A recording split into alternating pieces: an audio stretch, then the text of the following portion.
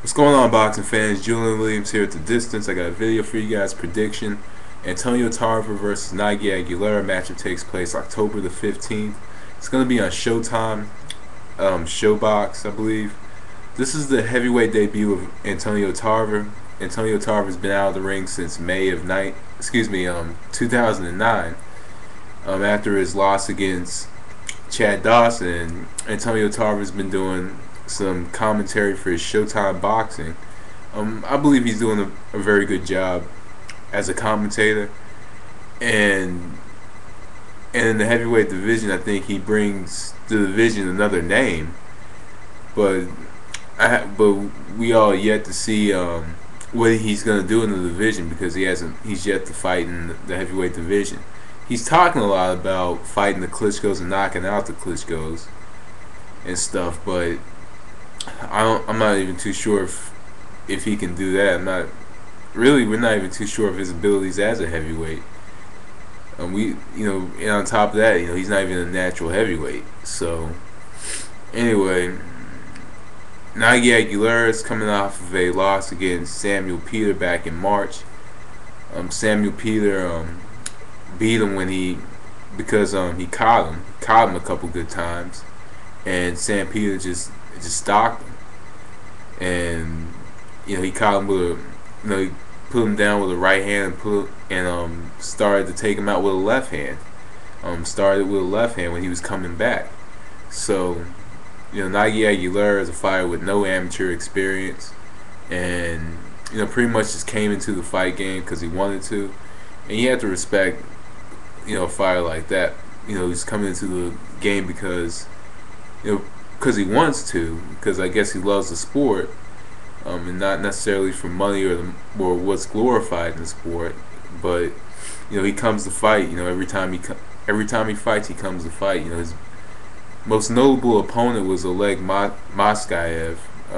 Defeated him back in December, and that led to the matchup for the mandatory matchup against Sam Peter for #1 contender for Vladimir Klitschko's IBF heavyweight championship. So that's what led to that matchup. So this matchup really, I believe, is going to be a test for Antonio Tarver. It's going to be a test because he's never fought a heavyweight. He hasn't fought in over a year, and also what's to be noted, he's about 41 years old.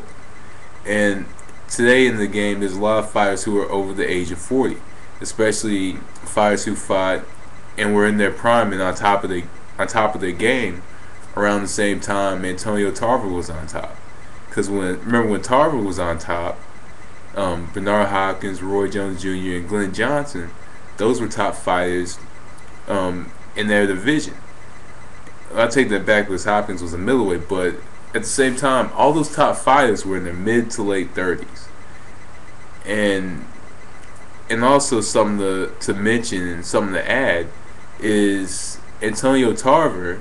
He didn't start fighting until he was about, I believe, like 26, 27 years old. He didn't become a professional until that age.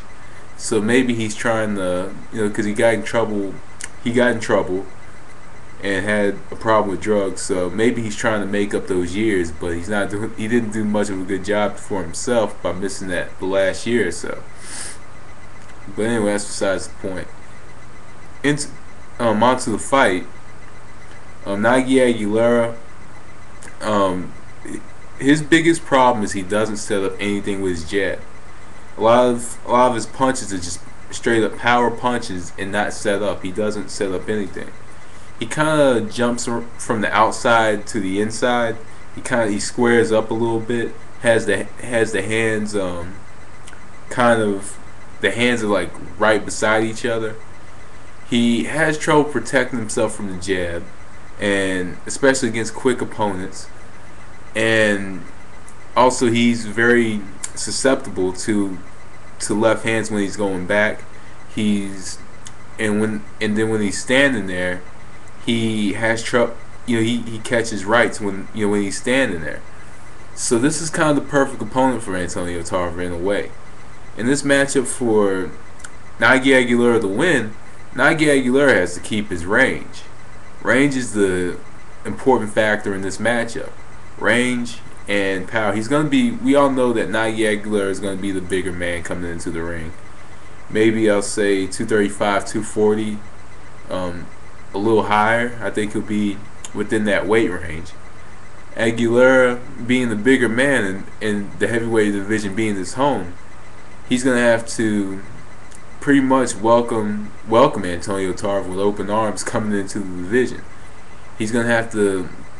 One thing he has to do is he has to go on the inside, and he's going to have to kind of lean on Tarver and make Tarver fight his type of fight. And that's just simply just coming forward, and he has to use the jab when he does it. He has to use the jab to get in. He has to use the jab to come forward and pressure Tarver. And try to get his work done on the inside. That's his best bet in this matchup, is working on the inside, finding openings because against against Antonio Tarver, you're gonna have to find openings. You're gonna have to find a way for him to be uncomfortable, and also build a lead and get points against Tarver. If you build a lead and you get points against Antonio Tarver, and it's working for you, it takes him a while to adjust, and it takes him a while to adapt to certain things. That's something I've always noticed about Tarver, is it takes him a while to adapt to certain styles.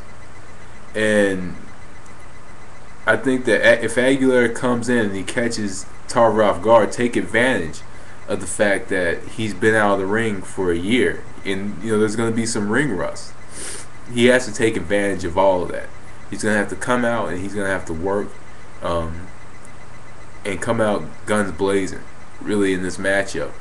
He's going to have to come out, fight this matchup at a very fast pace, because he has pretty good hand speed.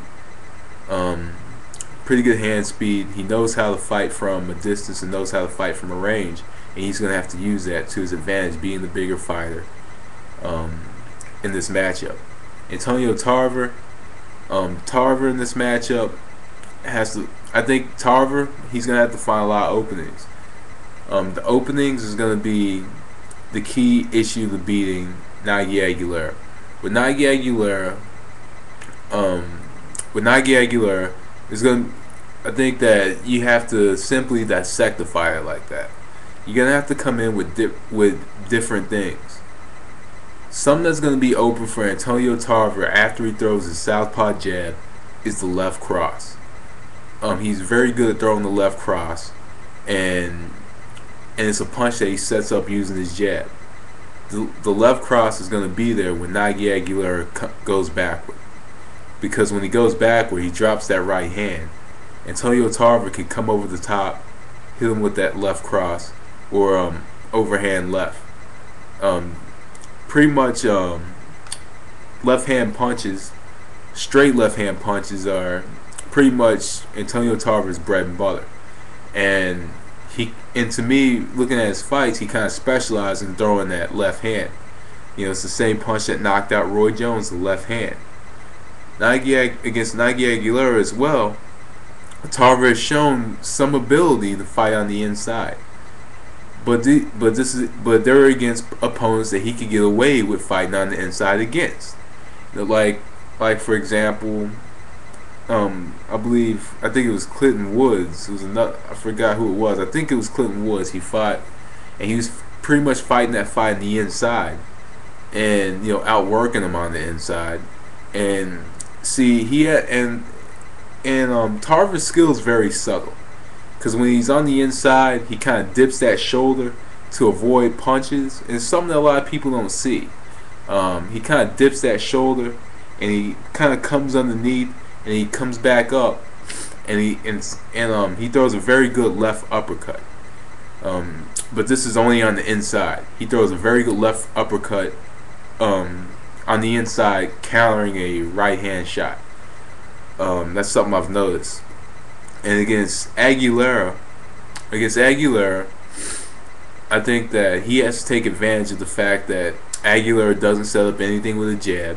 He's gonna have to pretty much Tarver does a very good job of fighting from his angles, jab from specific angles, and throw his power shots from off of the jab coming out of those angles.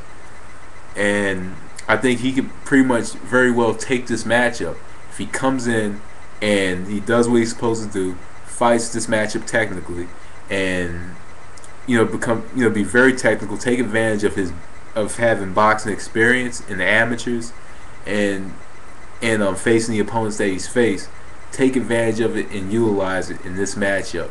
And Tarver, I think, could come out on top. In this matchup, I'm going to say Antonio Tarver should win this by a unanimous decision. I think he'll win it by decision because I think he's sharper. I think he's the sharper boxer. I think he's going to outthink him. And I think he's going to find a way to defeat Aguilera, whether it's using his boxing ability or whether it's outthinking him. So I think that Antonio Tarver takes this matchup unanimous decision. But anyway, guys, thanks for watching. That was The Distance. Peace.